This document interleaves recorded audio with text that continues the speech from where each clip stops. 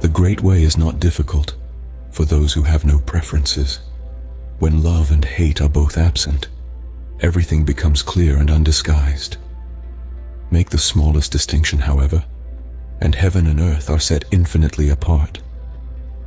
If you wish to see the truth, then hold no opinions for or against anything.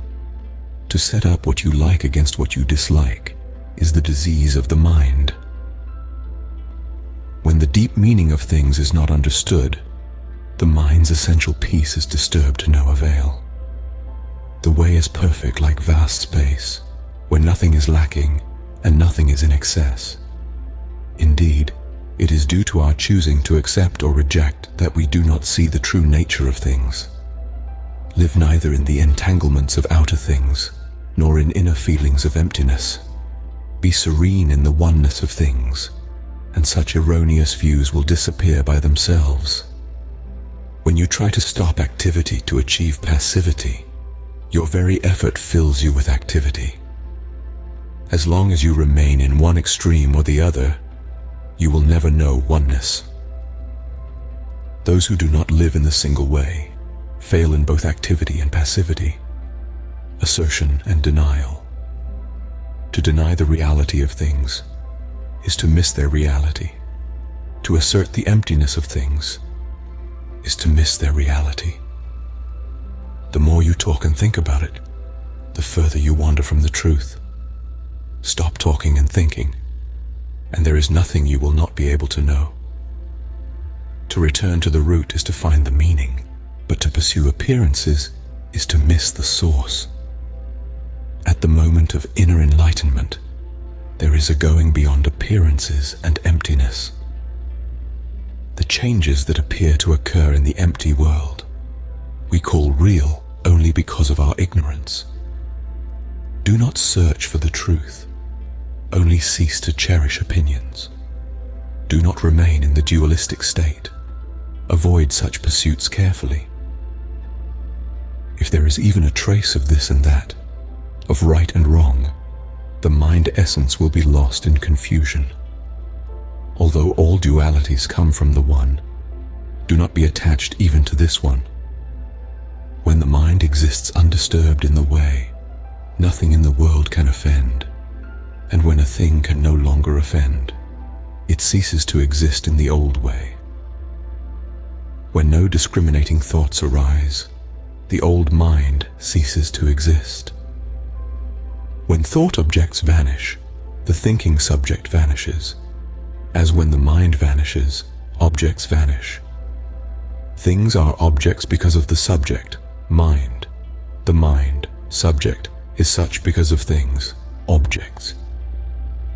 Understand the relativity of these two, and the basic reality, the unity of emptiness. In this emptiness, the two are indistinguishable, and each contains in itself the whole world. If you do not discriminate between coarse and fine, you will not be tempted to prejudice and opinion. To live in the Great Way is neither easy nor difficult, but those with limited views are fearful and irresolute. The faster they hurry, the slower they go, and clinging cannot be limited. Even to be attached to the idea of enlightenment is to go astray. Just let things be in their own way, and there will be neither coming nor going. Obey the nature of things, your own nature, and you will walk freely and undisturbed. When the thought is in bondage, the truth is hidden, for everything is murky and unclear, and the burdensome practice of judging brings annoyance and weariness. What benefit can be derived from distinctions and separations? If you wish to move in the one way, do not dislike even the world of senses and ideas. Indeed, to accept them fully is identical with true enlightenment. The wise person attaches to no goals, but the foolish person fetters themselves. There is one Dharma without differentiation. Distinctions arise from the clinging needs of the ignorant. To seek mind with the discriminating mind is the greatest of all mistakes. Rest and unrest derive from illusion. With enlightenment, there is no liking and disliking. All dualities come from ignorant inference. They are like dreams or flowers in air, foolish to try to grasp them. Gain and loss, right and wrong. Such thoughts must finally be abolished at once. If the eye never sleeps, all dreams will naturally cease. If the mind makes no discriminations, the 10,000 things are as they are, of single essence. To understand the mystery of this one essence is to be released from all entanglements. When all things are seen equally, the timeless self-essence is reached. No comparisons or analogies are possible in this causeless, relationless state. Consider movement stationary, and the stationary in motion. Both movement and rest disappear. When such dualities cease to exist, oneness itself cannot exist. To this ultimate finality no law or description applies. For the unified mind in accord with the way, all self-centered striving ceases, doubts and irresolutions vanish, and life in true faith is possible. With a single stroke we are freed from bondage. Nothing clings to us, and we hold to nothing. All is empty, clear, self-illuminating, with no exertion of the mind's power. Here, thought, feeling, knowledge, and imagination are of no value. In this world of suchness, there is neither self nor other than self. To come directly into harmony with this reality, just say when doubt rises, not to.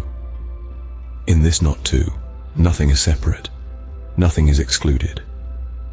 No matter when or where, enlightenment means entering this truth. And this truth is beyond extension or diminution in time or space.